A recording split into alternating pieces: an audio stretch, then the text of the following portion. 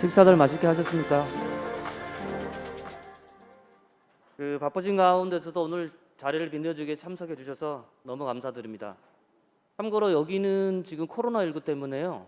옆방에서 식사를 하시고 여기는 지금 음료가 제공이 안 되고 물밖에 제공이 안 된다 그래서 좀 불편함이 있으시더라도 양해 바라고요. 나가실 때 주차권하고 발레권 그리고 저희가 준비한 소정의 선물이 있으니까 꼭 잊지 말고 챙겨가시기 바랍니다. 어쨌든 바쁘신 와중에도 저희 행사를 빛내주기 위해서 참석해 주셔서 다시 한번 감사의 말씀드립니다. 오늘 조창 간담회는 코로나19 확산 방지를 위해서 참여 인원을 최소화해서 오프라인으로 진행되고 있습니다. 불편하시더라도 마스크를 가급적 착용해 주시면 감사드리겠습니다.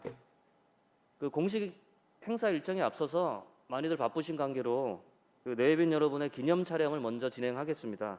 내외분들은 불편하시더라도 마스크를 쓰시고 앞쪽 단상 첫 번째 계단과 두 번째 계단으로 잠시 나와주시면 사진 촬영을 하겠습니다.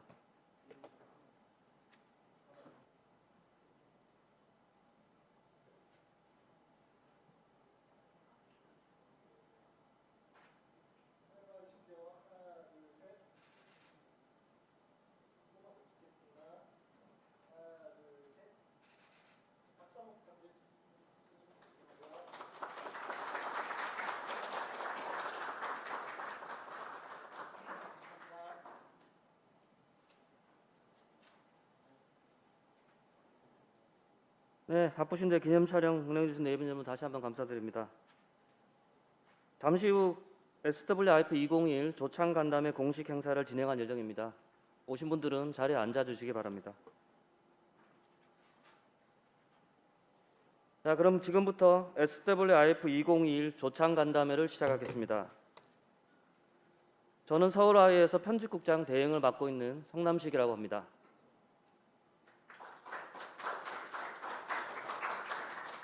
일반적인 사회는 전문 진행자들이 많이 진행을 하는데요. 저는 오늘 서희와이어가 창립 이래 첫 행사라서 의미 있는 자리만큼 편집국장 대행을 맡고 있는 제가 직접 인사드리게 됐습니다. 다소 진행이 미숙하더라도 너그럽게 양해해 주시면 감사드리겠습니다. 이번 SWIF 2021 조창 간담회는 ESG, 공정과 상생의 길을 묻다라는 주제로 진행이 됩니다. 지난해를 기점으로 ESG는 기업 가치를 높이는 핵심 가치로서 우리 사회 중심 아젠다로 뿌리 깊게 자리 잡았습니다. 하지만 보다 근본적인 고민이 없이는 ESG가 기업의 핵심 경쟁력을 높이는 데 한계가 있을 수 있다는 지적이 제기되고 있습니다. 오늘 SWIF 2021 간담회는 국내 최고 전문가들을 모시고 ESG가 보다 완전한 모습으로 우리 사회의 공정과 상생이라는 미래 가치를 만들기 위해서는 어떤 방안이 있는지 함께 고민해보는 자리를 만들고자 합니다. 우선 개회사를 하겠습니다.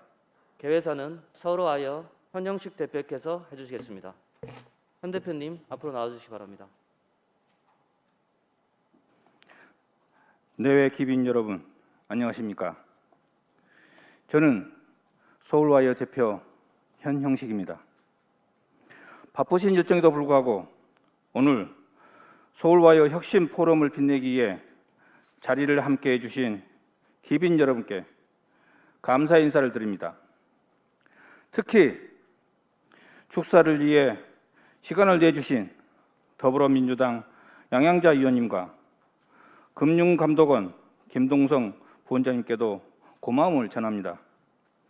그리고 주제 발표에 나선 유흥한 SK텔레콤 ESG 그룹장님과 한강열 NH투자증권 연구위원님에게도 감사의 말씀을 전합니다.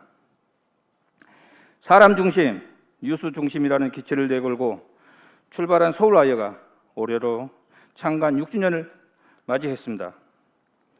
출발과 동시에 찾아온 국내 경기 불황, 촛불로 촉발된 정치권의 대변혁, 2019년 말 전 세계를 공포로 몰아넣은 코로나19 팬데믹 등 대내의 어려운 상황이 지속되고 있습니다. 정부는 당군 이래 사상 최대의 재정을 투입, 경기 회복을 꾀하고 있으며 기업도 비상경영체제에 들어가 생존에 혼신의 힘을 쏟고 있습니다. 국민 역시 허리띠를 졸라매고 난국을 헤쳐나가고 있습니다. 그 여파가 전방위로 확산되면서 후발 언론사도 이를 감내하기 어려운 상황에 처해 있습니다. 이런 가운데서도 서울와이어는 전 임직원이 하나로 뭉쳐 위기를 잘 극복하고 있으며 매년 성장을 이어가고 있습니다. 이제 서울와이어는 모든 언론이 가보지 않는 길을 새로이 개척해 가보려 합니다. 오늘 회사 이름을 내세운 서울와이어 혁신 포럼이 유의미한 첫 발을 내디뎠습니다. 이 자리에 기빈 여러분들을 모시게 되어 매우 영광스럽게 생각합니다. 본 혁신 포럼은 그동안 베스트 팔로우였던 서울와이어가 우리의 시각과 의견을 당당하게 제시해 여론을 주도해 나가는 퍼스트 무버로 도약하겠다는 자신감이 사물이라는 점을 감히 말씀드리고 싶습니다. 저희는 오늘을 시작으로 서울와이어 혁신 포럼을 회사의 대표 포럼 브랜드로 키워 매해마다 독자들에게 필요한 주제를 발굴해 모든 사람들이 공감할 수 있는 해안을 제시할 것을 약속드립니다. 이런 고민 끝에 정한 첫 주제가 ESG입니다. 잘 아시다시피 ESG는 환경, 사회, 지배구조의 약자입니다. ESG 경영은 기업이 직원, 고객, 주주, 환경에 얼마나 기여하는지, 지배구조는 투명한지 등 비재무적 측면에 중점을 두는 경영입니다. 최근 기업 투자의 큰 어젠다로 자리 잡은 ESG 경영과 관련 많은 기관과 언론사가 앞다투어 다루고 있고 기업도 도입을 서두르고 있습니다. 개량화된 재무적 평가가 주를 이루었던 기존 기업가치 측정 방법이 기업이 본원적 경쟁력을 도출하는 데 제한적이라는 지적도 많았습니다. 벌써부터 OECD 선진국에서는 ESG 도입 국가의 제품에 대해 차등 관세, 수입을 제한할지도 모른다는 분석이 나오고 있습니다. 이런 문제점을 보완하기 위해 만든 개념이 바로 ESG입니다. 비재무적 가치를 분석하는 ESG 필요성에 대해 누구나 공감하는 이유이기도 합니다. 기술 발전 속도가 빨라지는 4차 산업혁명 시대에는 이에 대응하는 기업과 그렇지 못한 기업 간 성장 격차가 훨씬 더 벌어지는 승자 독식 현상이 가속화될 것으로 예상합니다. 이렇게 되면 승자 기업이 ESG 평가 면에서도 우수 기업이 될 가능성이 커 양극화를 더욱 심화시킬 것이라는 우려입니다. 서울와이어가 주목한 점이 바로 이것입니다. 오늘 포럼에서 ESG가 공정과 상생의 미래 시대를 만드는데 어떻게 활용해야 할지에 대한 방법과 향후 발전 방향을 모색해 보고자 합니다. 또한 이 자리에서 도출한 방안이 기업과 사회의 지속 성장에 보탬이 될 수 있기를 기대합니다. 다시 한번 참석해 주신 기빈 여러분께 감사 인사를 드리며 개사를 가름하려 합니다. 감사합니다.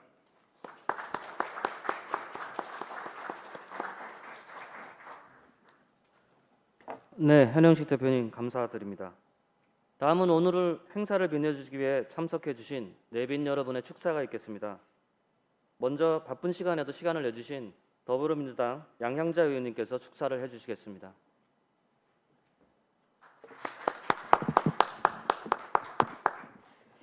안녕하십니까. 더불어민주당 광주 서구울 국회의원 양향자입니다. 제1회 서울와이어 혁신 포럼 개최를 진심으로 축하드립니다. 준비에 애써주신 우리 현영식 대표님을 비롯해서 관계자 여러분들께도 진심으로 감사의 말씀을 올립니다. 지난 100년 우리는 경쟁에 매몰됐습니다. 이윤 창출과 이기주의라는 그 벽에 갇혀 환경 파괴를 일삼았고 인간을 도구로 전락시켰으며 시장 만능주의에 지배당했습니다. 유례없는 부를 이뤄냈지만 그 발전 때문에 우리의 터전은 기후위기에 처했고 인간의 가치는 불평등과 불공정으로 얼룩지게 되었습니다. 우리가 이룬 발전이 우리의 삶을 위협하는 역설적인 시대에 살고 있습니다. 특히 코로나19가 바꿔놓은 세상을 겪으면서 지금의 방식으로는 경제 성장도, 사회 발전도, 심지어 인류의 생존도 지속 가능하지 않다는 것을 모두가 뼈저리게 절감하고 있습니다. ESG는 그 깊은 고뇌 속에서 나왔습니다. 환경과 기후를 중시하고 공동체의 문제에 주목하며 민주주의의 가치를 제고하는 최선의 해결책이 바로 ESG라는 것입니다. ESG야말로 코로나19 팬데믹 이후 일상화된 기후 사회 민주주의의 위기를 해결해낼 최고의 방책입니다. 다만 최근 ESG가 기업의 내재 가치와 사회공헌 기여도 전체를 평가하는 데에도 한계가 있다는 지적이 나오고 있습니다. 승자 독식 현상이 가속화되는 4차 산업혁명 시대에는 승자 기업이 더 높은 ESG 평가를 받아서 이를 더욱 심화시키는 악순환의 고리를 만들 수도 있다는 위협이 있습니다. 오늘 이 자리에 모여주신 ESG 부문 국내 최고 전문가들의 강연을 통해서 ESG가 미래의 공정과 상생의 시대를 만들기 위해 어떻게 활용되어야 하고 어떻게 활용돼야 할지 그 길을 모색하는 중요한 자리가 되기를 바랍니다. 오늘 많은 분께서 귀한 시간을 내주신 이 자리가 그 시작이 될 수 있으리라 믿습니다. 지구촌을 중시하는 민주주의, 공동체를 우선하는 자본주의가 작동하는 세상을 만들기 위해 저도 여러분과 함께 머리를 맞대겠습니다. 마지막으로 한 가지 저는 더 코멘트를 하고 싶습니다. 기업을 ESG 평가로만 하지 말고 출생률 평가로 했으면 좋겠습니다.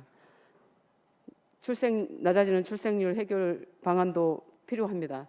젊은이들이 많이 모여드는 그런 기업의 평가 기준을 하나 더 포함시킨다면 출생률이 될 것 같습니다. 한 번 더 현영식 대표님 고려해 주시기 바랍니다. 이상입니다. 네.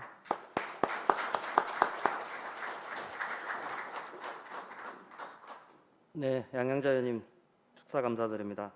말씀대로 4차 산업혁명이 승자 독식이 되지 않기 위해서는 그 지구를 중시하고 공동체를 중시하는 자본주의 중심으로 바뀌어야 될 것 같고요.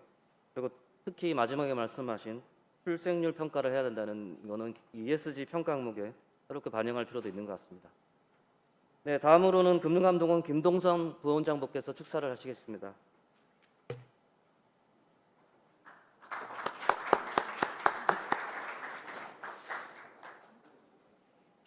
안녕하십니까. 금융감독원 부원장보 김동성입니다. 먼저 서울와이어 혁신포럼 출범을 진심으로 축하드리며 이런 뜻깊은 자리에 초청해 주신 현영식 서울와이어 대표이사님과 회사 관계자 여러분께 깊이 감사를 드립니다. 그리고 양항자 위원님을 비롯한 여러 귀빈들께서 참석하신 제1회 포럼에서 영광스러운 축사를 하게 되어 매우 기쁘게 생각을 합니다.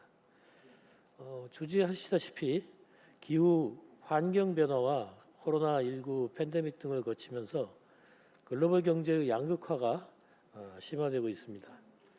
이러던 차에 환경, 상생에 대한 고민과 건전한 지배구조의 확립을 중시하는 ESG가 양극화를 해소하고 지속가능한 성장을 이룰 수 있는 대안으로 주목받고 있는 건 여러분도 잘 아실 겁니다.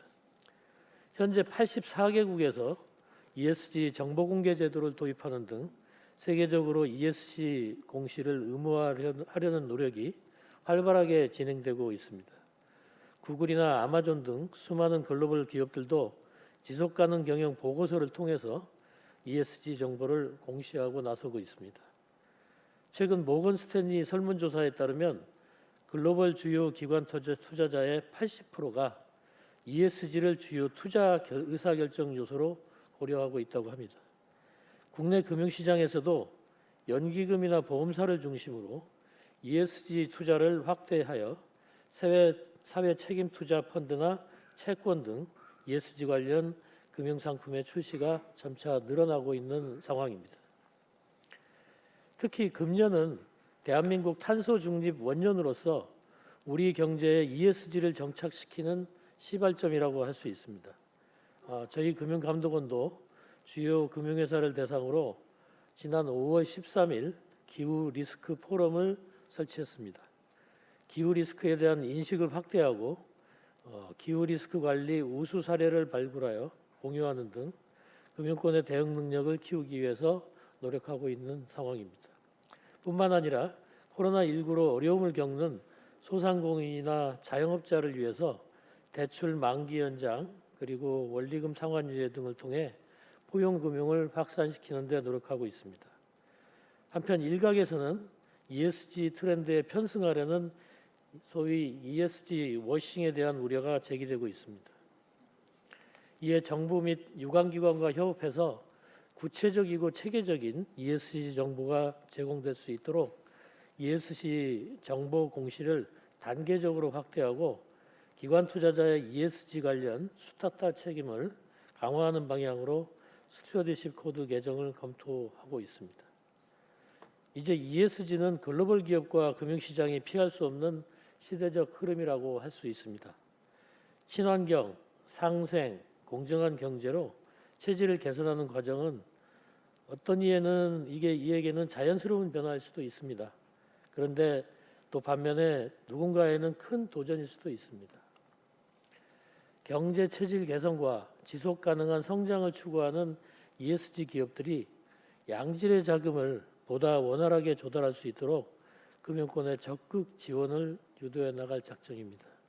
모처럼 오늘 포럼이 공정과 상생의 시대로 발돋움하는 건설적인 토론의 장이 되기를 기원하겠습니다. 경청해 주셔서 감사합니다.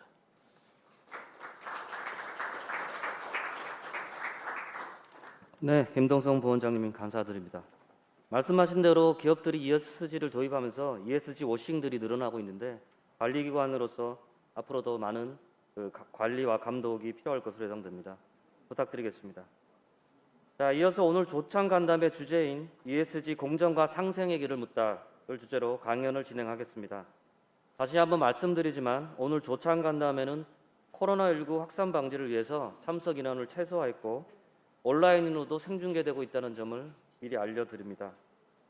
먼저 첫 번째 강연을 시작하겠습니다. 첫 번째 강연은 NH투자증권 한광렬 연구위원께서 ESG 공정과 상생의 길을 묻다를 주제로 강연을 해주시겠습니다. 한 위원님은 전문 애널리스트로서 최근 ESG 관련해서 시장에서 주목받고 있는 리포트를 계속 내놓고 있어서 모시기가 쉽지 않았지만 이번 저희 행사의 의미와 취지를 듣고 기꺼이 참석해 주셨습니다. 다시 한번 감사드리겠습니다. 자, 한 위원님의 강연을 시작하겠습니다.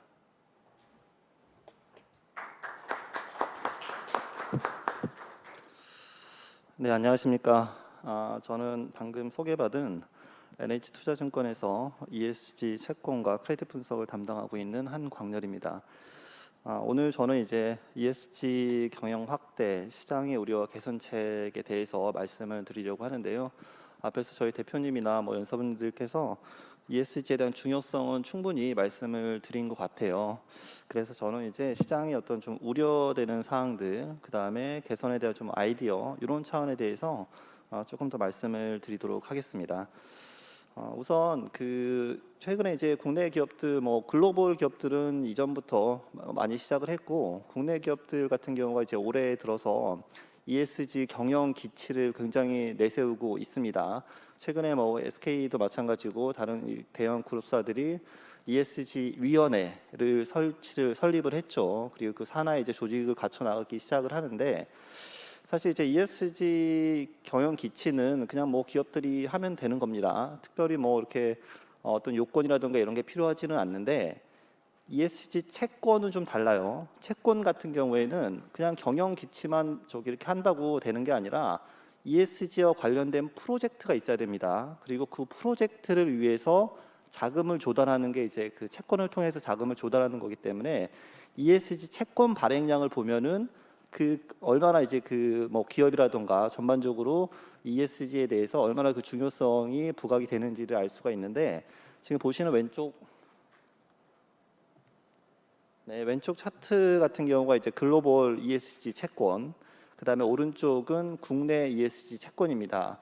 글로벌 같은 경우에는 이제 보시다시피 급격하게 증가를 하고 있고 특히 작년 같은 경우가 코로나 바이러스로 인해서 글로벌 시장이 그렇게 좋지 않았음에도 불구하고 채권 발행이 엄청 늘었죠. 그리고 올해 같은 경우에도 지금 2021년은 4월 말까지 발행량입니다. 4월 말임에도 불구하고 글로벌 같은 경우에도 50% 정도가 지금 차지하고 있는데 그만큼 전반적으로 글로벌리 하게도 ESG 채권 발행이 크게 늘어나고 기업들의 이 ESG에 대해서 굉장히 중요도를 인식을 하고 있다는 의미입니다. 오른쪽은 우리나라입니다. 우리나라 보시면은 사실 2018년도 이전만 하더라도 그렇게 발행 거의 없었습니다. 근데 이제 2019년, 20년 들어서 공공기관, 그다음에 국내 금융기관들 위주로 발행이 좀 늘어났습니다. 그리고 올해 들어서는 민간 기업들. 지금 오른쪽에 보시면 민간 기업만 제가 따로 빨간색으로 표시를 해놨는데 올해 같은 경우도 4월 말까지거든요. 근데 지난해 발행량을 이미 넘어섰습니다. 이대로 추세로 가면은 지난해 발행량이 한 3배 정도가 올해 발행할 것으로 이 민간 기업들이 발행할 것으로 보고 있고, 이게 굉장히 좀 의미가 있는 게 공공기관이라든가 이제 그 뭐 금융기관들 같은 경우에는 뭐 전반적으로 좀 정책의 어떤 좀 그런 것도 좀 있고, 그래서 그리고 또 발행도 보면 이제 주로 공공 정책들 이런 거를 지원하기 위한 그런 발행이 좀 많았었는데, 민간 기업은 좀 다르죠. 민간 기업들이 이렇게 그린 본드라든가 사회적 책이 지속 가능한 채권들을 많이 발행한다는 것은 그만큼 더 큰 의미가 있다라고 보고 있습니다. 이게 올해 왜 이렇게 민간 기업들이 많이 발행을 할까요? 지난해 12월에 환경부 산하의 연구기관에서 그린본드 발행 가이드라인을 발표를 했습니다. 저도 거기에 이제 일원으로 좀 참석을 했는데, 사실 그렇게 새로운 건 없어요. 뭐 예전에 그 유럽에서 나왔었던 것들을 조금 뭐 이제 많이 인용을 하고 해서 발간을 했는데, 이제 그렇게 그린본드 발행 가이드라인이 발간이 되다 보니까 기업들도 조금 더 이제 친숙하게 이렇게 발행을 할 수 있는 계기가 되었던 것 같고, 여기서 제가 앞에서 환경부 산하의 그린본드라고 말씀드렸잖아요. 근데 ESG 채권은 그린본드뿐만이 아니라 소셜본드, 그 다음에 지속가능 채권도 포함이 됩니다.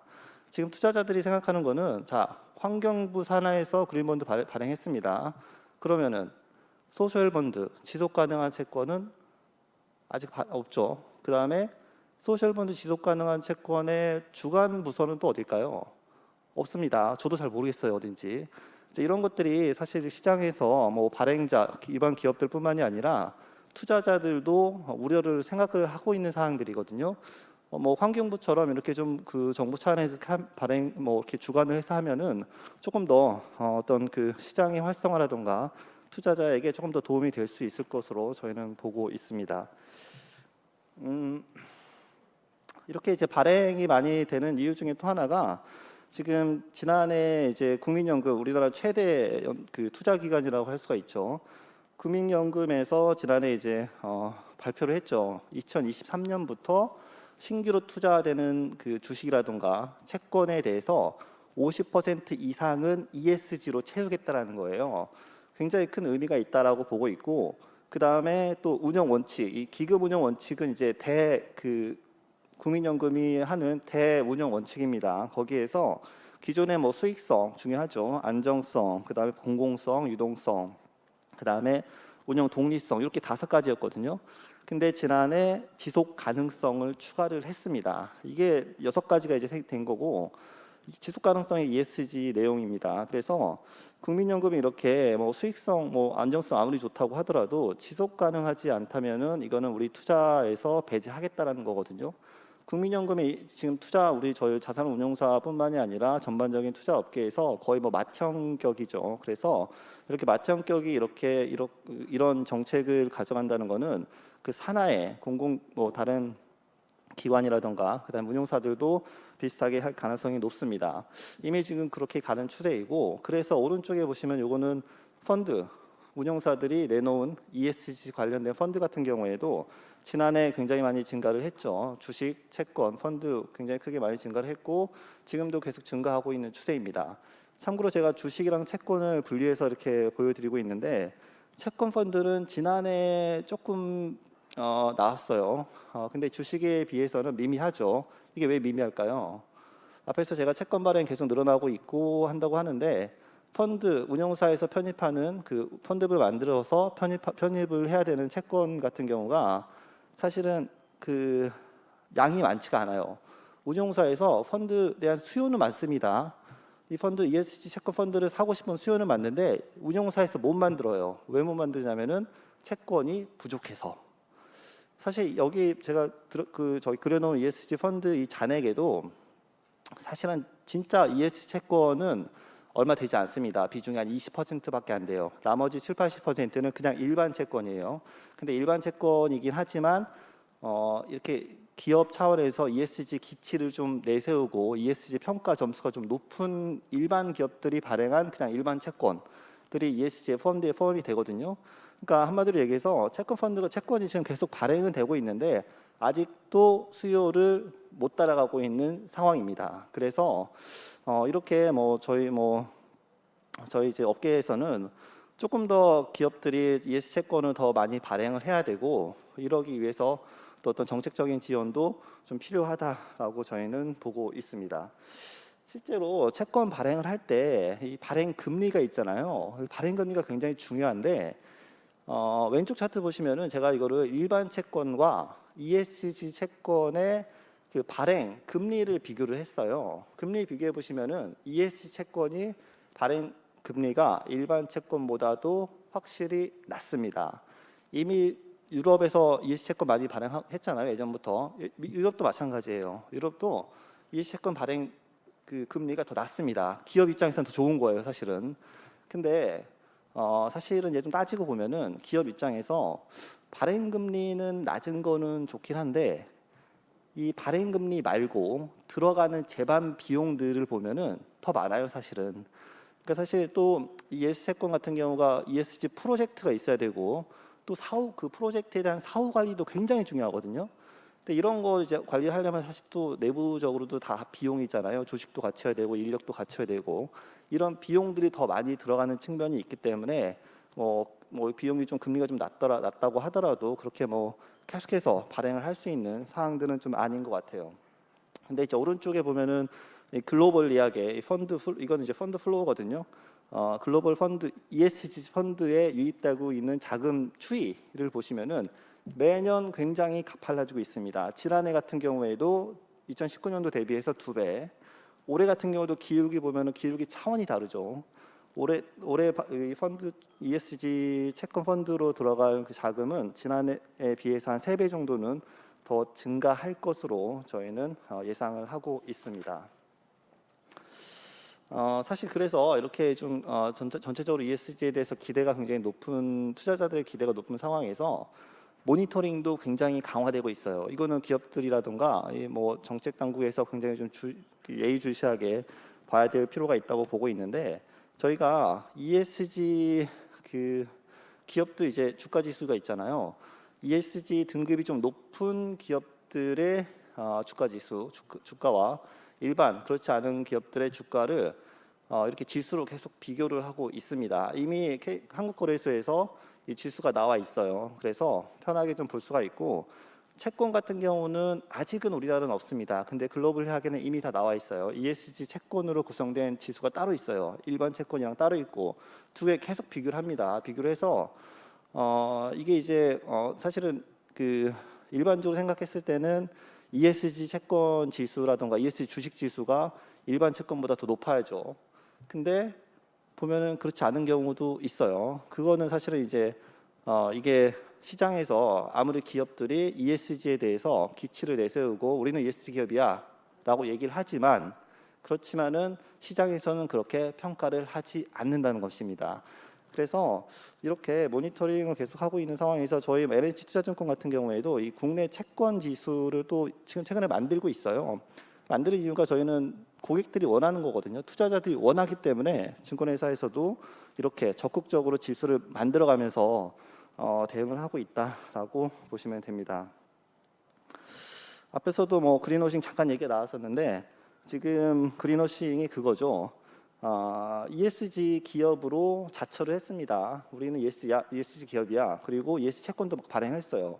근데 나중에 보니까 그게 아닌 거죠. ESG 경영도 하지 않는 것 같고 그 다음에 채권 프로젝트에도 그런 자금 사용하지 않고 프로젝트 관리도 좀 엉망이고 이런 게 이제 그린워싱인데 그린워싱이 사실은 투자자들이 가장 우려하고 있는 ESG 관련해서 가장 우려하고 있는 사항입니다. 이미 해외 기업들 같은 경우에는 이 그린워싱 사례가 많이 나오고 있어요. 특히나 글로벌 대형 기업들 같은 경우 프랑스라든가 전력회사, 그 다음에 미국의 통신회사들 이런 이제 대형 기업들이 이런 사례가 발생하고 있습니다. 우리나라 사례 지금 있나요? 아직 없습니다. 최근에 이제 그 포스코 인터내셔널이 미얀마 사태로 인해서 약간 좀 얘기는 나오고 있는데 직접적으로 이제 이 대형 모기업에서 발생한 사례는 아직은 없습니다. 앞으로도 계속 없을까요? 그렇지 않습니다. 제가 볼 때는 제가 앞에서 올해부터 이제 민간 기업들이 ESG 채권을 막 발행하기 시작을 하고 올해부터 ESG 위원회가 설립됐다고 했잖아요. 이미 글로벌 기업들 같은 경우는 4, 5년 전부터 이미 다 그렇게 했습니다. 4, 5년 전에 했던 것들이 2, 3년 지나서 하나 둘씩 이렇게 그린워싱 사례가 발생을 하고 있는 거예요. 우리나라도 마찬가지입니다. 우리나라 올해부터 이렇게 많이 하고 있으면은 제가 볼 때는 한 2년, 3년 후에는 그린워싱 사례가 분명히 기업 하나 나옵니다. 뭐 이게 사실 대단한 것도 아니에요. 뭐 환경 파괴 뭐 이런 거는 당연한 거고 환경 파괴가 아니더라도 예를 들어서 CEO께서 어디 가서 뭐 사고 치고 뭐 이러잖아요. 이거 다 ESG 거버넌스에 다 들어갑니다. 그래서 이런 사례가 뭐 선제적으로 그러니까 사실 뭐 먼저 이제 또 이렇게 나오면은 또 가장 안 좋은 그림들이잖아요. 그런 거에 대해서 최대한 이제 기업들이 그런 경각심을 가지고 ESG 원칙을 좀 잘 지키면서 했으면 좋겠다라고 저희는 생각을 하고 있습니다.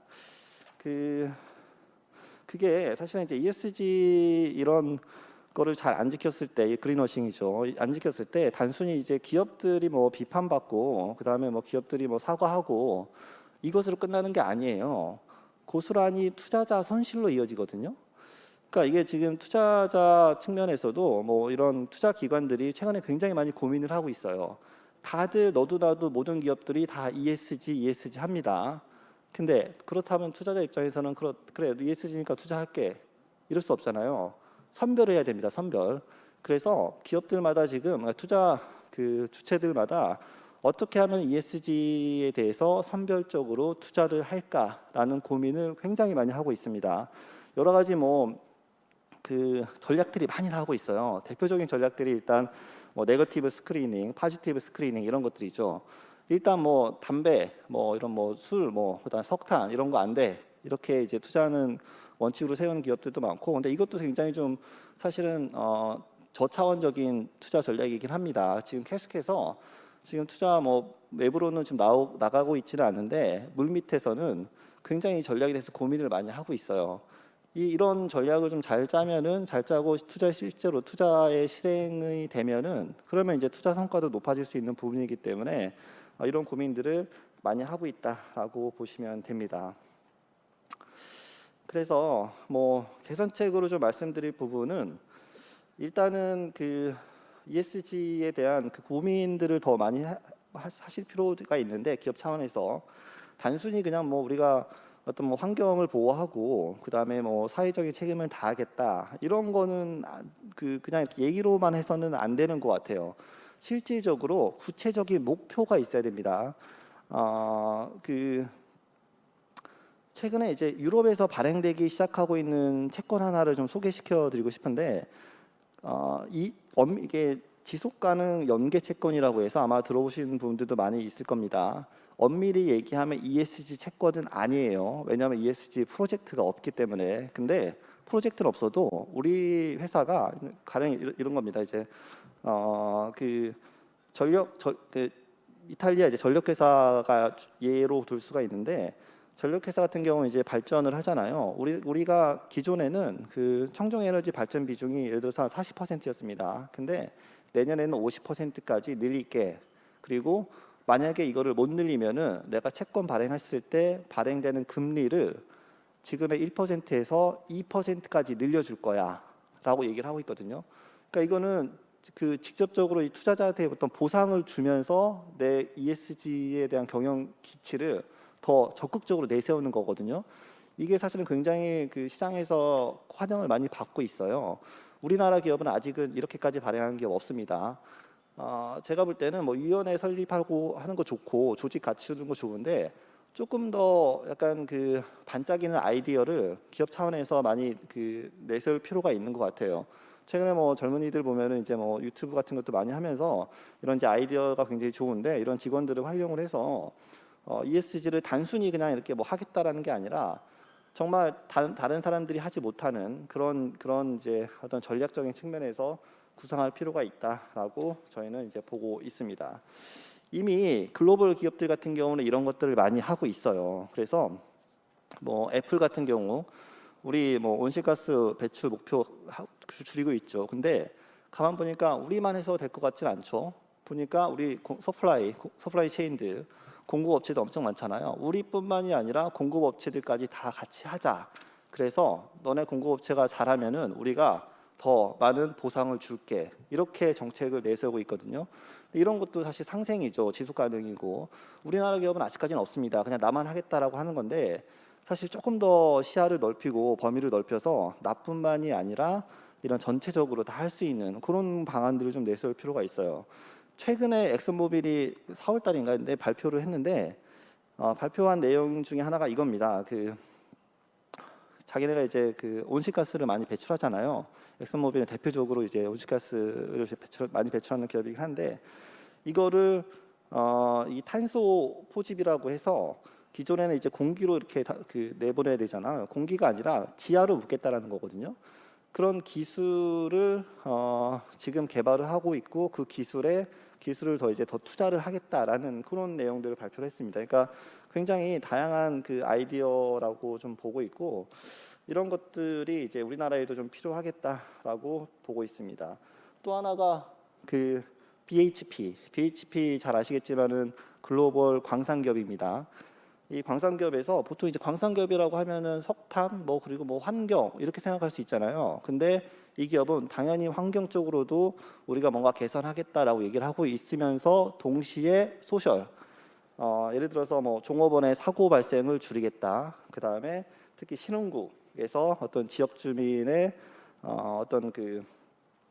지역 주민을 위한 사회 활동 이런 것도 같이 내세우고 있거든요. 좀 전에 우리 의원님께서 말씀하셨던 출생률도 사실 소셜에 다 들어가요. 지속 가능에 들어갑니다. 그래서 ESG가 아니지만이라고 말씀하셨는데 그렇지 않아요. 소셜, 지속 가능에 다 포함이 됩니다. 기업이 예를 들어서 우리나라 대형 기업들이 그렇게 출생률 가지고 목표 정하고 우리 직원들의 출생률 더 높이겠다 이런 정책 발표하면은 시장에서 굉장히 환영받을 수 있을 것 같아요. 제가 볼 때는 구체적이잖아요. 뭔가 그냥 사회적 책임을 다하겠다 이것보다는 그렇게 어떤 구체적인 목표를 가지고 설정을 하고 그거를 이제 대외적으로 많이 활용을 하면은 저는 굉장히 좋은 아이디어다라고 판단하고 있습니다. 앞에서 그린워싱에 대해서 말씀을 드렸는데 그린워싱이 분명히 발생을 합니다. 우리 기업이라고 발생하지 않는 법 없어요. 근데 중요한 거는 발생했을 때 어떻게 대응하냐가 사실 가장 중요한 거예요. 일단은 무풀은 더 안 좋죠. 악플보다 더 안 좋은 게 무풀입니다. 그래서 제가 볼 때는 이제 적극적으로 대응을 할 필요가 있고 변명보다도 어떤 개선책이라던가 이런 것들을 좀 더 내세우는 전략들 이런 것들이 필요해요. 기업 입장에서 ESG 측면에서 가장 중요한 부서가 어딜까요? 물론 이제 모든 부서가 다 중요합니다. 근데 그 중에서도 IR 부서가 가장 더 중요한 것 같아요. 그러니까 사실은 이제 ESG가 밖으로 이렇게 표명하는 그런 거다 보니까 IR 부서를 적극적으로 좀 활용을 하고 규모를 좀 더 키워서 전문적인 ESG 인력도 좀 채용을 하고 그러면서 이 IR 부서들을 더 확대할 필요가 있다라고 보고 있어요. 지금 한국거래소에서 이미 타임라인들이 다 나왔습니다. ESG 관련해서 공식 일정들이 다 나와 있어요. 2023년부터는 자산 규모 10조 이상, 그다음에 2025년부터는 모든 상장 기업. 이미 유럽은 지금 다 하고 있고요. 이 공시에 대해서도 이 기업들이 미리미리 좀 대응을 할 필요가 있고 공시가 이렇게 가이드라인으로 나온 거 보면은 굉장히 구체적이에요. 저희가 볼 때도 깜짝 놀랍니다. 이 정도까지 이거는 기업의 어떤 영업 비밀이 아닐까라고 하는 부분들도 많습니다. 근데 이미 유럽 같은 경우는 이런 것들을 이제 구체적으로 지금 내보내고 있어요. 이거를 기업 입장에서는 어느 정도 좀 조율할 필요는 있죠. 예를 들어서 종업원 인력 종업원 현황이라던가 그다음 에너지 사용률뿐만이 아니라 물 사용률 그다음 이해관계자 거버넌스 입장에서 이런 것들을 다 공시하거든요. 이게 약간 좀 제가 볼 때는 지금부터 준비를 해야 될 필요가 있고 이 차원에서도 특히 IR 같은 경우도 좀 중요하다라고 저희는 보고 있습니다. 이게 아직까지는 이제 공시 의무는 아니에요. 의무적인 내용에서 굉장히 사실은 지금 논란이 많아요. 이 ESG 채권이라든가 ESG 이렇게 현황들을 공시를 해야 되는데 이거를 의무화 시켜야 되는 거냐? 사실은 이제 기업 입장에서는 부담이 좀 되는 상황이고 투자자 입장에서는 의무화됐으면 좋겠고, 근데 이게 반드시 강제할 사항은 아니거든요, 사실은. 왜냐하면 이제 기업들 입장에서는 ESG 좋긴 한데 사실은 또 기업의 가장 중요한 목표는 주주 가치 극대화잖아요. 주주의 입장에서는 이렇게 ESG라고 해서 모든 거를 다 공개하고 이렇게 할 필요는 또 없거든요. 그래서 제가 볼 때는 좀 이해 충돌이 좀 있을 수 있는데, 지금 보면은 이제 아직은 거래소의 공시 의무는 아니지만은 상당히 많은 기업들이 자사의 홈페이지를 이용해서 많이 공시를 하고 있어요. 최근에 뭐 홈페이지 뭐 보면은 이제 여러 가지 정보들 많이 올리고 있는데, 제 생각에는 이렇게 홈페이지를 적극적으로 활용하면 됩니다. 그래서 앞에서 말씀드렸던 그런 이제 ESG 목표 이런 것들 다 홈페이지에 공시하면 돼요. 그러면은 이런 것들이 좀 영향이 좀 있다라고 보고 있고, 그래서 지금 앞으로 이제 공시가 의무화되진 않지만 공시에 대해서 준비하는 차원에서도 이 홈페이지를 활용을 적극적으로 할 필요가 있다라고 네, 저희는 보고 있습니다. 마지막으로 지금 우리나라 ESG 사실 좀 늦었습니다. 정부 차원에서 어떤 정책적인 차원에서도 늦었고 기업 입장에서 좀 늦었습니다. 이미 선진국 기업들 같은 경우에는 상당 부분 많이 진행된 부분이 있어요. 하지만 우리나라 제가 볼 때는 모든 게 좀 사실 좀 늦긴 한데 다 추월하죠. 보면은 예전에 뭐 이런 뭐 K-팝뿐만이 아니라 K-뷰티 이런 거 굉장히 좀 각광을 받고 있잖아요. 최근에 보면 K-뮤직, BTS, 그 다음에 지난해 같은 경우가 또 우리 K 그 방역이라고 해서 굉장히 좀 그 글로벌리하게 주목을 받았는데, 우리나라 기업도 제가 볼 때는 조만간 K 기업들 크게 주목받을 가능성이 높습니다.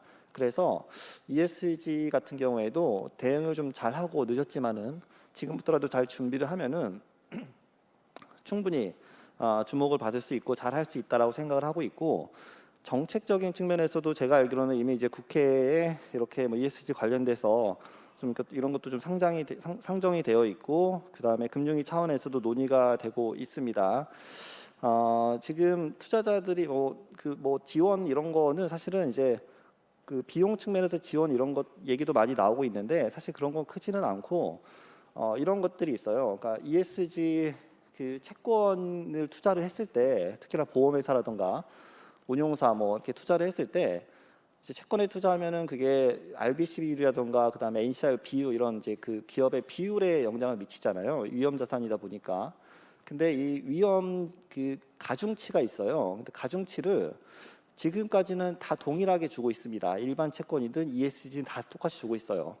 근데 제가 볼 때는 ESG 채권은 그래도 리스크가 좀 낮다라고 보는 게 맞거든요. 일반 채권에 비해서 기업도 어쨌든 지속 가능한 이런 기치를 내세우고 이렇게 채권 이런 데 이제 투자를 한다는 거는 그만큼 투자자 입장에서 좀 안심하고 투자할 수 있는 부분들이 있기 때문에 이런 가중치를 조금 조정할 필요는 있어요. 정책 당국에서 이런 거를 좀 생각을 하실 걸로 지금 저는 생각을 하고 있는데, 어쨌든 이런 측면들이 조금 개선이 되면은 앞에서 제가 말씀드렸다시피 ESG 펀드 만들고 싶어도 못 만듭니다. 채권이 부족해서. 이런 이제 쇼티지 사태를 좀 더 해결할 수도 있고, 더 적극적으로 기업들이 ESG 관련해서 정책들을 펼칠 수 있는 부분이기 때문에 이런 정책들이, 이런 정부 차원에서의 정책들이 좀 필요할 수 있겠다라고 저는 생각을 하고 있습니다. 네, 저는 여기까지 말씀을 드렸고요. 네, 혹시라도 나중에라도 뭐 관련해서 좀 궁금하신 사항이랑 이런 거 있으면은 저한테 언제든지 연락을 주시면은 답변 드리도록 하겠습니다. 네, 감사합니다. 네, 한 의원님 강연 감사드립니다. 지금 강연이 좀 길어져서요. 잠시 한 10분 정도 휴식 시간을 갖고 10분 뒤에 다시 시작하도록 하겠습니다. 이따가 쉬셨다가 다시 공지를 말씀드릴 텐데요. 그때 다시 자리로 와주시면 감사하겠습니다.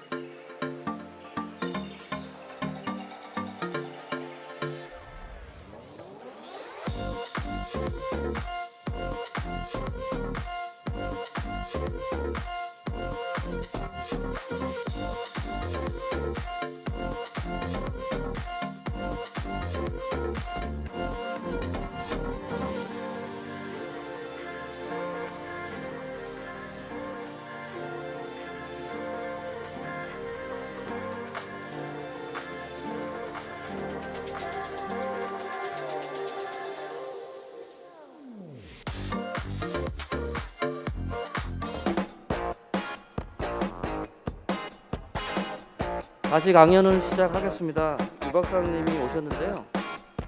사실 그 옆방에서 갑자기 그 뉴욕 주지사와 그 제주도지사 그리고 해외 외신들 간에 그 미디어 데이가 있어가지고 갑작스럽게 잡힌 일정 때문에 옆방에서 그 일정 소화하고 오시느라고 조금 늦어졌습니다. 그 유 박사님을 간단히 소개드리면 그 카이스트에서 박사학위를 마치셨고요. 박사학위를 마치자마자 그 국내 기업으로 취직을 하지 않으시고 해외로 눈을 돌리셔서 그 인텔 수석 매니저까지 근무하신 이력이 있으시고요.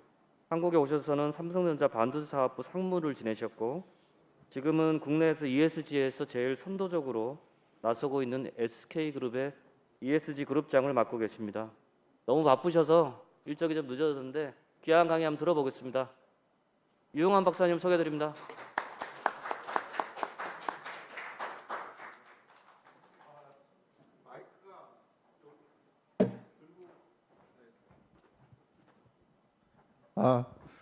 예, 오늘 죄송합니다. 제가 예기치 않은 그 일정이 생겨서요. 이렇게 늦게 시작하게 돼서 너무 송구스럽게 생각합니다. 오늘 이제 제가 말씀드릴 내용은 공정과 상생을 위한 우리 SK텔레콤의 ESG 방향입니다. 저희가 이제 요즘에 이제 공정한 사회 우리 MZ 세대들도 이제 굉장히 많이 관심이 있는데요. 사실 에쿼리라는 그 단어에서 사실은 공정이라는 말을 좀 우리가 어떻게 정의할 수 있는지를 찾아볼 수가 있습니다.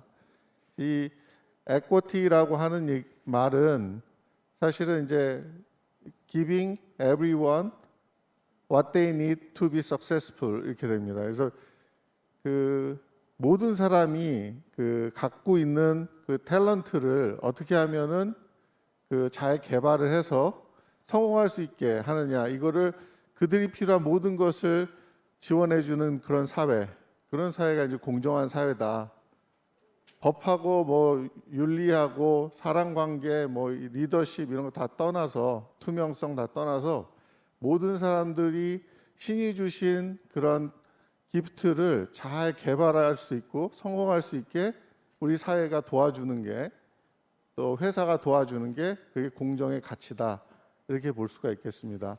거기에는 이제 어떻게 보면은 우리가 이퀄리티라는 측면 요즘 많이 회자되고 있죠. 거기에 그 정의로운 방법으로 이루어져야 된다. 그게 이제 우리가 에쿼티라고 하는 그런 단어에서 찾아볼 수 있겠습니다. 사실 이 앞으로의 사회가 점점 더 위너가 테이크스 올 하는 시대로 가고 있죠. AI하고 DT의 트랜스포메이션에 의해서 일부 그걸 할 수 있는 사람들과 아닌 사람들, 또 디지털 정보에 가깝게 액세스할 수 있는 사람과 아닌 사람들 사이에 격차가 계속 벌어지고 있습니다. 이런 과정에서 우리가 네트워크 회사로서 어떻게 하면은 이런 사회 문제들을 해결할 수 있을지를 지속적으로 고민을 하고 있습니다. 저는 이제 우리 편집부장님께서 말씀 주셨듯이 저는 이제 한국에서 공부를 하고 미국의 실리콘밸리에 가서 반도체를 전공했습니다. 그때는 이제 2000년대 초반이라 윈텔 시대라고 하는 시대였습니다. 그래서 마이크로소프트하고 인텔이 PC 시대를 주도했던 그런 시대가 되고요. 지금 2010년도 전후에서는 이제 삼성, 그죠? 마이크로소프트, 또 애플들이 이끄는 그 모빌리티 시대, 모바일 시대로 이제 가게 됐습니다. 그게 이제 제가 죄송합니다. 제가 이제 국내로 이제 돌아왔을 때가 이제 그 40대인데요. 그때 이제 모바일 시대가 이제 시작이 됐고, 이제 앞으로의 시대는 이제 모빌리티 시대가 될 거다라는 생각을 하고 있습니다. 왜냐하면 이제 그 풀기 힘든 기술적인 문제, 이런 것들이 사실은 예전에 PC 시대에서는 윈도우즈, 인텔의 CPU 이런 쪽이었고, 이제 모바일 시대로 가면서 이제 애플이나 또 구글이 주도하는 이런 그 모바일 플랫폼이 굉장히 설계하고 그 앞서 나가기 힘들었습니다. 그래서 좋은 엔지니어들이, 그렇다고 제가 좋은 엔지니어라는 얘기는 아니고요. 윈텔에서 이 모바일로 이동했고, 앞으로는 이제 지금 흐름 자체가 모빌리티 자동차 그쪽으로 좀 많이 움직이고 있다. 왜냐하면 기술적으로 제일 도전적이고 위너가 다 테이크스 올 하는 시대에 가장 디스트럽티브 인더스트리가 이 그 자동차 쪽이라고 볼 수가 있습니다. 그래서 아마 1등 기업은 앞으로 이제 자동차 쪽에서 나오지 않겠느냐 그렇게 생각하고요. 좀 조심스럽게 테슬라가 거의 지금 선두에 있다 이런 생각을 해봅니다. 앞으로의 시대가 이제 3S 시대인데요. 스피드, 스코프, 시스템 임팩트 이 세 가지 측면에서 우리가 이 시대의 특성을 볼 수가 있습니다. 그 중에 이제 스피드는 아까도 말씀드렸다시피 굉장히 익스포넨셜 그로스하는 그 지수함수적으로 성장하는 그런 시대로 가고 있기 때문에 위너가 전부 다 가져가는 구조로 갑니다. 그래서 이 어떻게 하면은 우리 함께 공존하고 공용할 수 있는지 고민해야 되는 그런 시대로 가고 있고요. 그래서 지속 가능한 우리 사회의 발전 이게 굉장히 중요하게 되겠습니다. 그리고 두 번째로는 이제 스코프인데요. 이제 단일 인더스트리 테크놀로지가 더 이상 유효하지 않습니다. 그래서 AIDT가 기본적으로 같이 다 융복합이 되는 그런 인더스트리 그런 시대로 가고 있다. 그래서 스코프의 범위도 상당히 넓어지고 있어서 나만 할 수 있는, 우리 회사만 할 수 있는 게 굉장히 제한된다. 그래서 오픈 이노베이션하고 협업을 하는 그런 구조로 앞으로 이제 산업 구조가 많이 개편이 될 것 같습니다.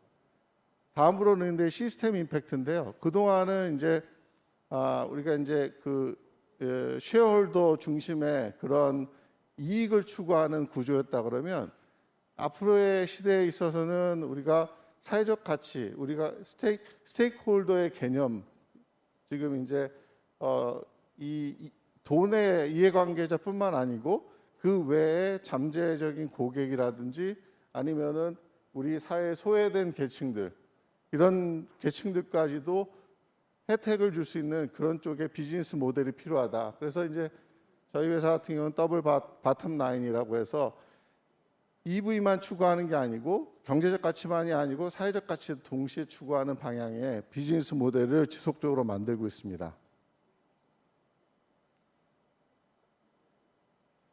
4차 산업혁명은 이제 요 세 꼭지로 봤을 때 결론은 사람인 것 같습니다.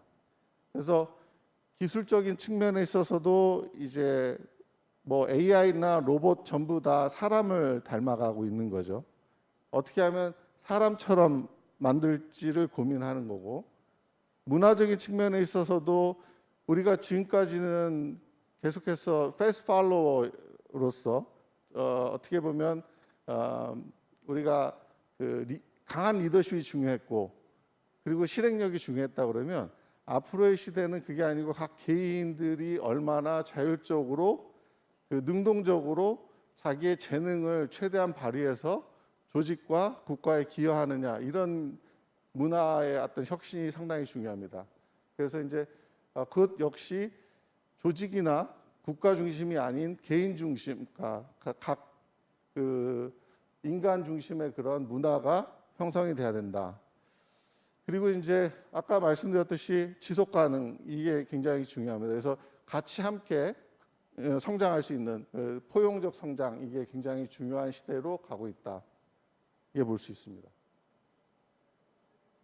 간단하게 기술적인 측면에서 제가 이제 휴먼 바디를 우리가 미미킹하는 방향으로 4차 산업혁명이 가고 있다고 말씀드리는 거는 지금 이 그림에서 지금 설명하고 있습니다. 그래서 일단은 이제 우리가 IoT 센서라고 하는 그게 이제 사람으로 얘기하면 오감으로 생각할 수가 있습니다. 그래서 이제 뭐 시각 정보나 초각 정보나 모든 이런 정보들이 들어오지 않습니까? 그 정보들이 신경망을 타고 전달이 되죠, 뇌로. 그게 이제 통신 네트워크라고 볼 수 있습니다. 뭐 LTE나 5G 뭐 이런 통신 네트워크로 볼 수 있고요. 그 데이터가 뇌로 기억하는 뇌로 가면 이제 클라우드라고 볼 수가 있는 거고요. 그 생각하는 뇌 AI하고 같이 결합이 돼서 많은 비즈니스 서비스들을 만들어냅니다. 그래서 이거를 얼마나 효과적으로 잘 구성하느냐, 효율적으로 구성하느냐가 기술에 있어서 승패를 좌우한다라고 볼 수가 있습니다. 여러분들 이세돌하고 알파고 바둑 경기 기억하시죠? 그죠? 뭐 누가 이겼나요? 예, 알파고가 이겼죠. 예, 알파고가 이겼는데 뭐 기술적으로는 되게 놀라운 큰 뭐 그런 뭐랄까요 사건인데 이세돌이 그랬죠. 이거는 뭐 인간이 패한 게 아니고 이세돌 내가 패했다 이렇게 겸손하게 말씀하셨는데 실제로 이제 우리 통신회사나 AIDT 쪽의 그 회사들이 인더스트리가 왜 ESG를 고민해야 되냐 여기서 이제 나옵니다. 그러니까 이제 보시면 이세돌 프로는 하루에 소모하는 탄소 배출량이 0.5kg밖에 되지 않아요. 발산되는 게. 근데 알파고 같은 경우는 그거의 수만 배, 수십만 배, 심지어는 뭐 딥러닝이나 머신러닝 앞에서 소모한 파워까지 치면 수백만 배의 파워를 소모합니다. 그러니까 이세돌 프로를 이기기 위해서 알파고가 어마어마한 탄소를 배출하는 거죠. 사람이 얼마나 효율적인 시스템인지를 이 예에서 볼 수가 있는 거죠. 그리고 앞으로 모든 인더스트리에 AIDT가 적용이 된다. 그러면은 상상을 해보십시오. 얼마나 많은 탄소를 배출할지. 물론 이제 이세돌 프로는 굉장히 전문가이기 때문에 더 많은 리소스가 들어갔다고 보지만 우리 사람 각 개인들의 능력도 상당히 뛰어납니다. 그거를 AIDT가 담기 위해서는 굉장히 많은 탄소 배출을 해야 됩니다. 그래서 이제 사람 중심의 어떤 기술 혁명이나 기술이 사람에게 어떤 베네핏을 줄지를 계속 고민을 해야 되는 시대에 있다. 이렇게 볼 수 있습니다. ESG 요즘에 큰 화두가 되고 있죠. 작년 한 해만 해도 뭐 1 트릴리언 이상의 누적 투자가 이루어졌고 지속적으로 보시면은 이게 죄송합니다. 보시면 알지만 지속적으로 증가를 하고 있습니다. 뭐 작년 12월 한 달만 쳐도 50빌리언 정도 되는 그 ESG 펀드가 지금 흘러다니고 있습니다. 이제 그 굉장히 중요해지고 있는 거죠.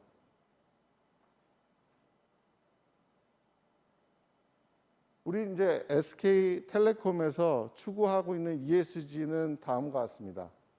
첫 번째는 환경적인 측면에서는 제로 에미션을 할 겁니다.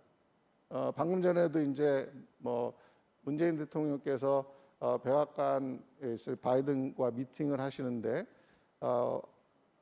두 개의 아젠다 중에 하나가 환경 문제입니다. 그걸 이제 공동 같이 대응하고 어떻게 그 리스크를 해칭해 나갈지를 고민하시는 그런 내용으로 이제 그 프레스 컨퍼런스를 했는데요. 그런 내용들이 이제 저희가 이제 하고 있는 제로 에미션 방향하고 일치합니다. 그래서 2030 제로 에미션이라는 거는 우리가 이제 방출하는 이제 탄소 배출과 이제 외부에서 감축하는 탄소 배출을 제로로 하는 거죠. 일단은 저희가 방출하는 탄소 배출을 줄임과 동시에 다 못 줄이니까 2050년까지는 다 줄일 거지만 다 못 줄이니까 외부의 그 탄소 배출을 줄이면서 전체적으로는 지구가 느끼는 건 넷제로가 되도록 그렇게 이제 고민을 하고 있는 게 2030의 제로 에미션 골이고요. 두 번째가 이제 소셜 측면에 있어서는 우리가 레비뉴가 한 20조 정도 됩니다. 1년에. 근데 거기에 한 10% 정도는 계속해서 사회적 가치를 만들겠다. 그러니까 저희가 이제 사회적 가치를 측정하는 로직이 굉장히 잘 프랙티스를 해놔서 그 백서가 있습니다. 그 백서대로 사회적 가치를 측정합니다. 우리가 하는 실제로 비즈니스가 사회적인 가치를 얼마나 내는지. 그래서 며칠 전에도 이제 저희가 그거를 보도 자료를 냈었는데요. 거의 1.95조 정도 되는 사회적 가치를 지난해에 창출했습니다. 내년에는 한 1,000억 정도 더 할 예정에 있고요. 그래서 그거는 거의 10%에 해당되는 우리 레비뉴는 앞으로 사회적 가치를 계속 창출하겠다라는 약속이고요. 세 번째 전략은 거버넌스 측면에서는 100% 투명하게 하겠다. 그게 이제 그래서 제로, 10, 100% 이게 이제 전체적으로 이제 저희가 추구하는 ESG의 방향입니다. 우선 환경 쪽을 보시면은 우리가 이제 현재 100만 톤을 100만 톤이 좀 넘습니다. 2019년 기준으로 100만 톤 탄소 배출을 했는데요. 2030년에는 5G니 여러 가지 이제 그 통신의 오버헤드가 커지면서 180만 톤의 탄소 배출을 할 걸로 예상하고 있습니다. 좀 더 될 수도 있습니다. 나중에 모빌 엣지 컴퓨팅까지 들어오면. 그래서 200만 톤이 넘어갈 수 있습니다. 근데 저희가 2030년까지는 54.3%를 줄여야 되거든요. 그러니까 이제 그게 우리가 SBTI를 커미먼트 했기 때문에 54.3%까지 이제 줄여야 되는 그런 상황인 거고, 그 줄이는 데 있어서 이제 내부 감축 노력과 외부 감축 노력 이 두 가지가 있습니다. 그래서 내부 감축 노력으로는 여러 가지 통신 장비 정비라든지 그쪽에 최적화, 또 AI 기반으로 파워를 공급하는 방식을 개선한다든지 이런 혹은 여러 가지 이제 그 지구 살리는 운동 이런 것들을 이제 같이 하면서 그 탄소를 줄여나가는 노력을 할 겁니다. 좀 더 자세한 건 다음 페이지에서 말씀드리도록 하겠습니다. 그래서 결과적으로는 2030년에는 그린 패러티, 그러니까 이건 이제 그 글로벌 용어는 아닙니다. 우리나라에서 쓰는 뭐 이제 우리 그룹의 용어라고 보는데, 그린 패러티라고 하는 거는 우리가 방출하는 탄소의 양과 그리고 외부 감축 노력이 둘이 합쳐져서 제로를 만들겠다는 얘기입니다. 물론 2050년에 아까 말씀드렸듯이 완전하게 넷제로를 해서 탄소 배출을 제로화하겠다. 이게 이제 저희의 약속입니다. 좀 더 자세하게 좀 들여다보겠습니다. 통신에 있어서는 우리가 이제 그 옛날 기술들 이것들을 전부 다 정리를 하고 있습니다. 페이드아웃 시키고요. 그리고 새롭게 이제 뭐 모더나이제이션을 해가지고 여러 장비 통신 방식들을 같이 결합을 해가지고 파워를 줄이는 방향의 노력을 그렇게 하고 있습니다. 그리고 AI 기반으로 해서 전력을 전송함으로써 전체적으로 전력 소모를 줄이는 노력을 지속적으로 하고 있습니다. 또한 이제 탈플라스틱 쪽에도 저희가 노력을 하고 있는데요. 아시지만 저희가 미국 다음으로 커피를 많이 마시는 국가입니다. 33억 잔 이상을 마시거든요. 19년 기준으로. 아마 작년엔 더 될 겁니다. 그 중에 이제 코로나 때문에 거의 대부분 일회용 플라스틱 컵을 씁니다. 여기서 보통 이제 일회용 플라스틱 컵을 쓰는 게 한 300원 정도 비용이 발생하는 거죠. 우리가 편의를 위해서 이제 한 300원 정도 지불하는 건데, 그러면서 이제 지구 환경은 오염이 되는 거죠. 그러면 33억 잔이면 대충 뭐 1조 가까운 돈입니다. 이 돈을 어떻게 하면은 잘 선순환시켜서 이 일회용 플라스틱 사용을 줄일 수 있을까, 이런 걸 고민한 게 이제 해피 헤빗 활동이고요.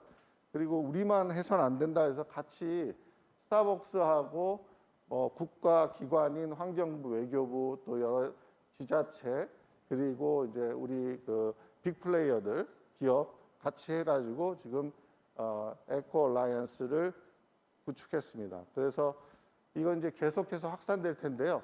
제주도에서 일단 그 지금 현재 회사별로 하고 있는데 좀 확산시키는 걸로는 하반기에 제주도에서 26개 전 매장을 일회용 플라스틱 컵을 없앨 겁니다.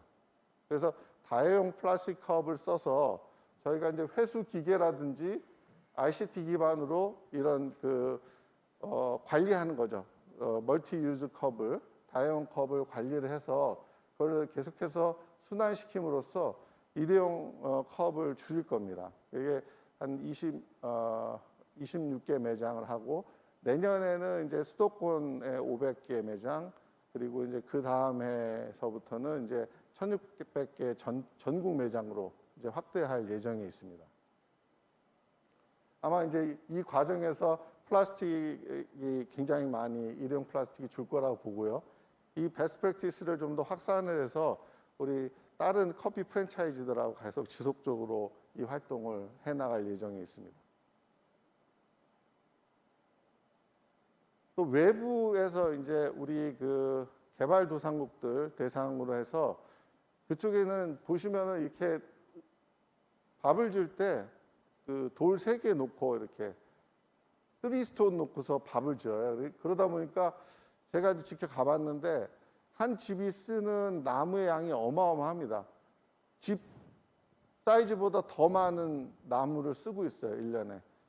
굉장히 에너지 효율이 떨어지니까 그렇습니다. 그리고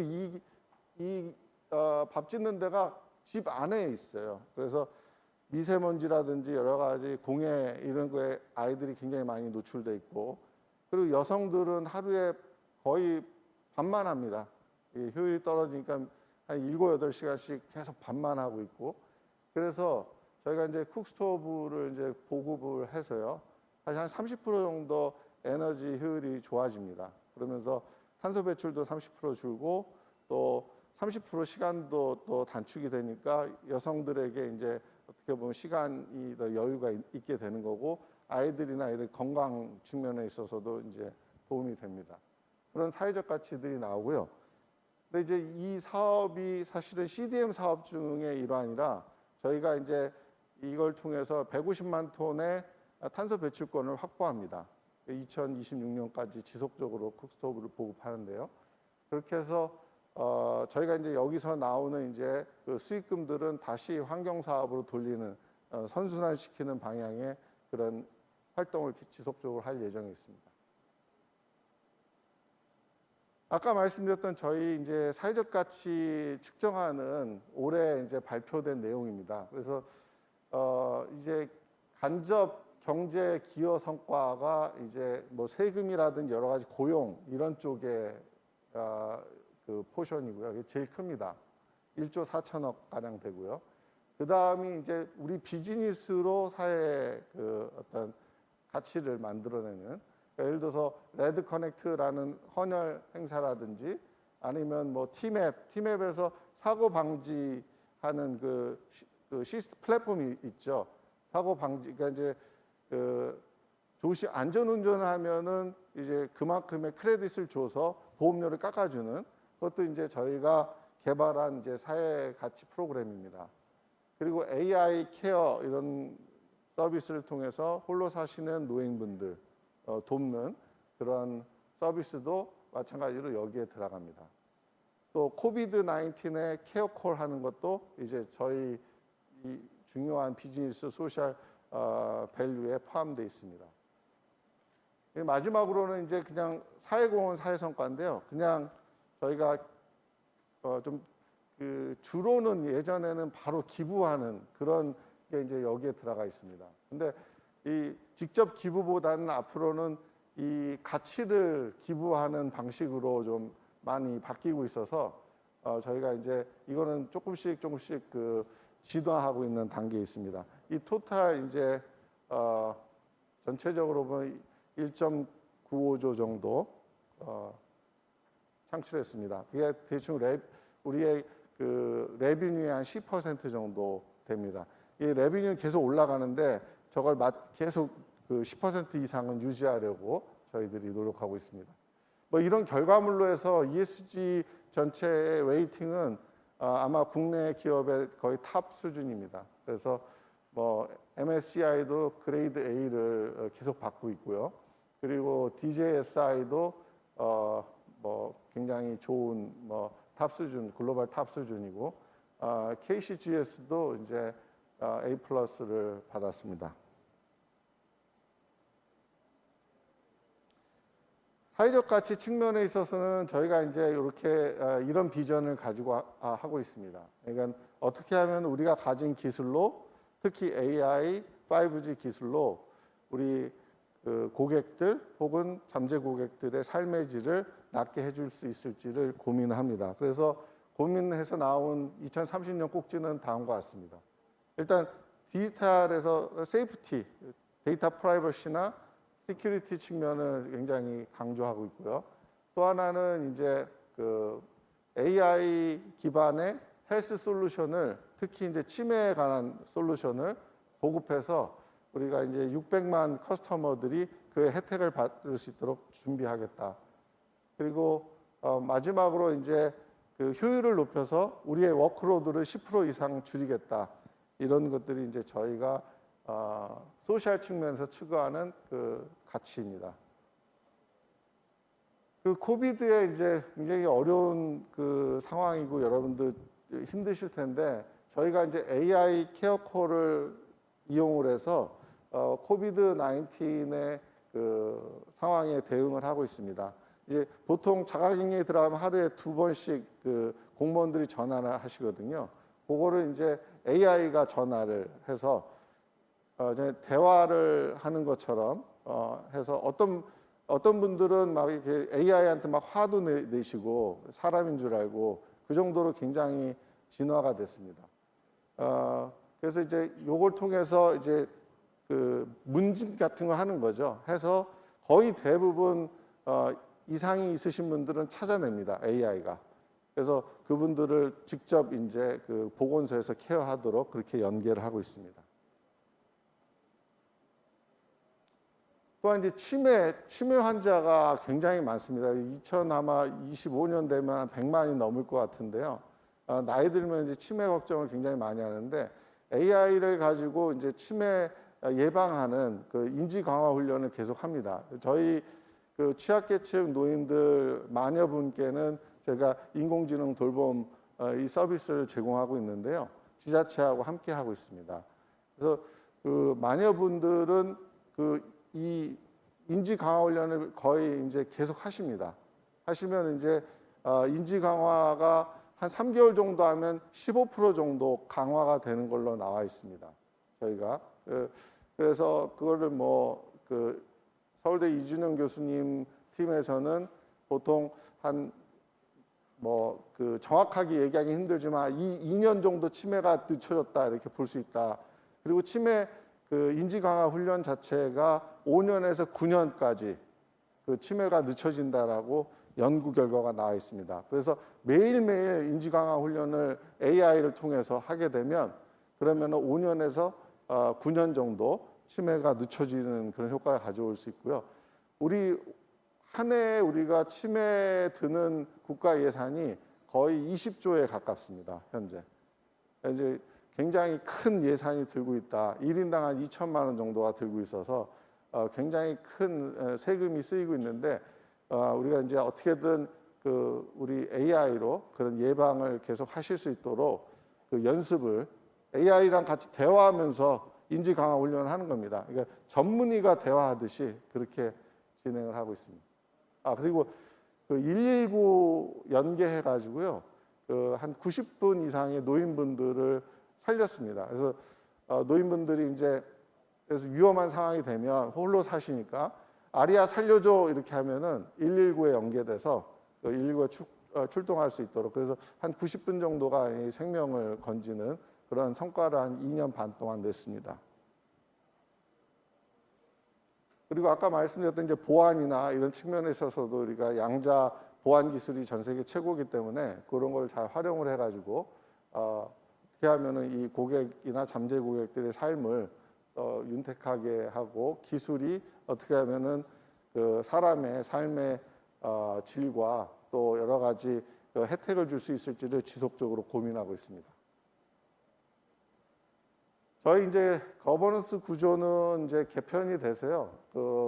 이 네 개의 소위원회로 구성이 되어 있는데 여기서 이제 저희가 ESG 위원회가 있어서 ESG 위원회를 통해서 대부분 이제 ESG에 관련된 의사결정이 일어난다 이렇게 보시면 되고 저 보드 멤버는 8분이시고요. 사회는 5분, 사내는 3분 이렇게 있습니다. 여성도 1분 계시고요. 지속적으로 이제 늘려나가야 될 그런 여성 사회이사 부분은 기회가 있을 거다 이렇게 생각합니다.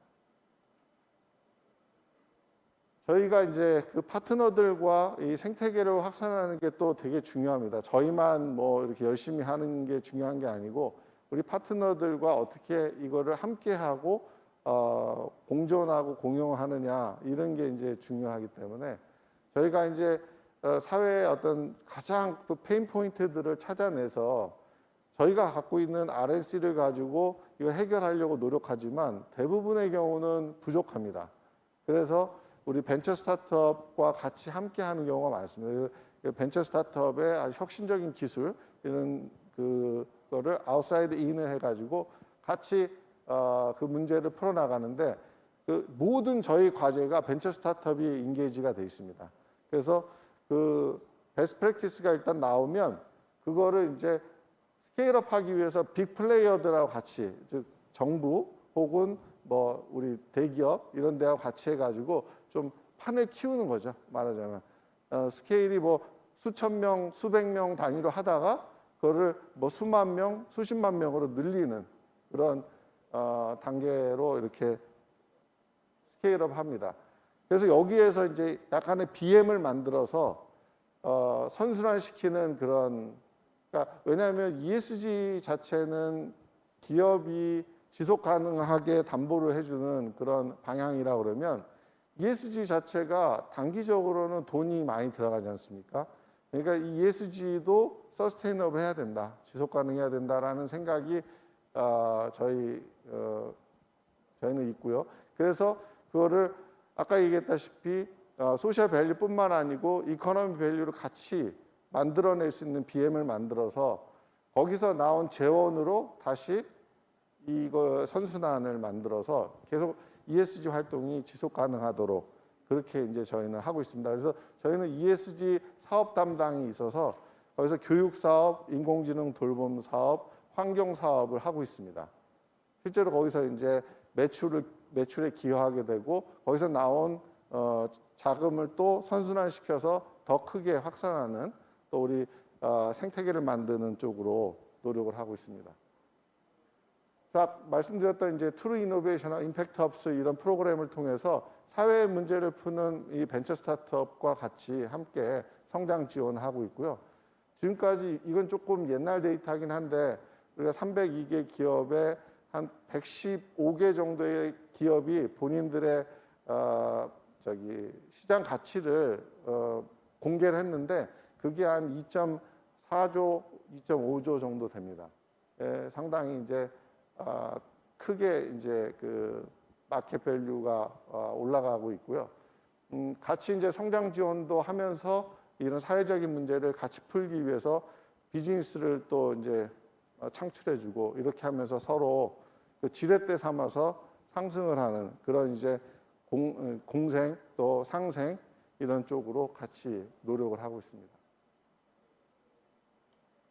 ESG는 리스크가 될 수도 있고 또 기회가 될 수도 있습니다. 그래서 우리가 리스크로 ESG를 만들지 아니면 기회로 만들지 그거는 이제 우리가 어떻게 같이 함께 고민하고 문제를 풀어나가느냐 이거에 달려 있다고 생각합니다. 이제 혼자 할 수 있는 거는 거의 없는 시대라고 말씀드렸고요. 우리 같이 함께 더불어서 어떻게 하면은 사회 문제를 함께 풀고 그 선순환 구조를 만들어서 지속 가능하게 사회 문제는 풀면서 그게 지속성 있는 또 이제 여기서 나오는 좋은 비즈니스 모델이 앞으로 넘버원 기업이 될 수 있는 그런 기반의 비즈니스가 될 수 있는 노력을 같이 함께 만들어 나가야 할 것 같습니다. 이상 부족하지만 발표 마치겠습니다. 감사합니다. 네, 유용환 부사장님 감사드립니다. 강연 내용이 너무 좋은데 조금 많은 분들이 들으셨으면 좋았을 텐데 좀 아쉬움이 있네요. 어쨌든 그 유튜브를 통해서 실시간으로 많은 분들이 보고 계시니까 그 시청자분들에게도 감사 말씀드리겠습니다. 그 이번 행사가 서울아이어 창립 이래 첫 번째 행사라서 다소 부족한 점들이 조금 있었겠지만 양해 바라면서 조만간 빠른 시일 내에 더 좋은 주제와 내용으로 찾아뵐 수 있도록 노력하겠습니다. 이상으로 또 SWIP 2021 도창 간담회를 모두 마치겠습니다. 감사합니다.